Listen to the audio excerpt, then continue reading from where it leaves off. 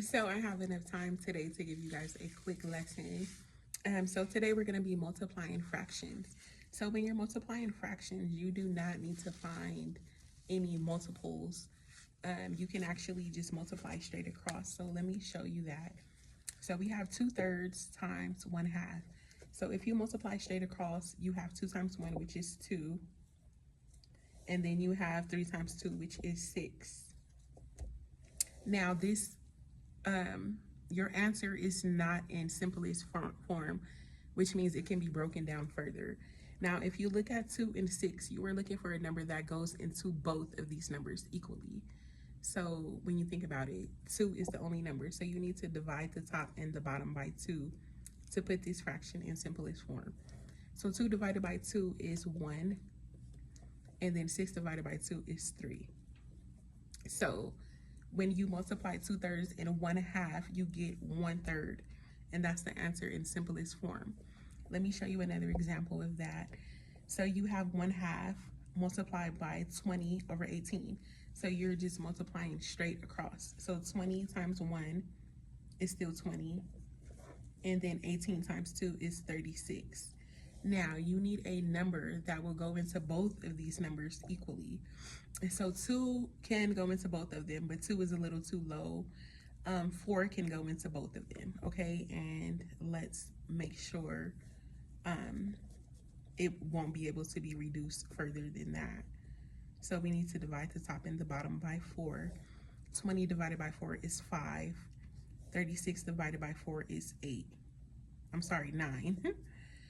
So when you multiply 1/2 by 20 over 18, you get 5/9, and that's a reduced answer.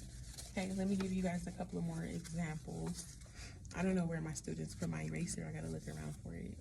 So cat, jazz, car. When you see this video on YouTube later on, make sure you bring me my eraser back. Okay, let me give you guys another example of that.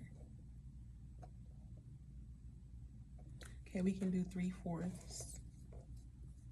multiplied by 1/2, and that will give us 3 over 8, and that is a reduced answer. You cannot reduce it any further. Okay, let me give you guys an example of dividing fractions, okay? So when you're dividing fractions, you have 3/4 divided by 5/6. You need to flip this second fraction and then multiply straight across. Let me show you what I mean. So you still have 3/4. Keep that the same, don't do anything to it. Now flip this second fraction and put the 6 over the 5 and just multiply straight across. 6 times 3 is 18. 4 times 5 is 20. This can be reduced, so let's reduce it. I'll bring it down here, 18 over 20. If you divide the top and the bottom by 2, 18 divided by 2 is 9. 20 divided by 2 is 10. That would be your reduced answer. Okay, so it can get tricky. There are some rules to multiplying and dividing fractions. But just remember, when you're dividing them, you flip that second fraction and you multiply straight across. And when you're multiplying, you just multiply straight across.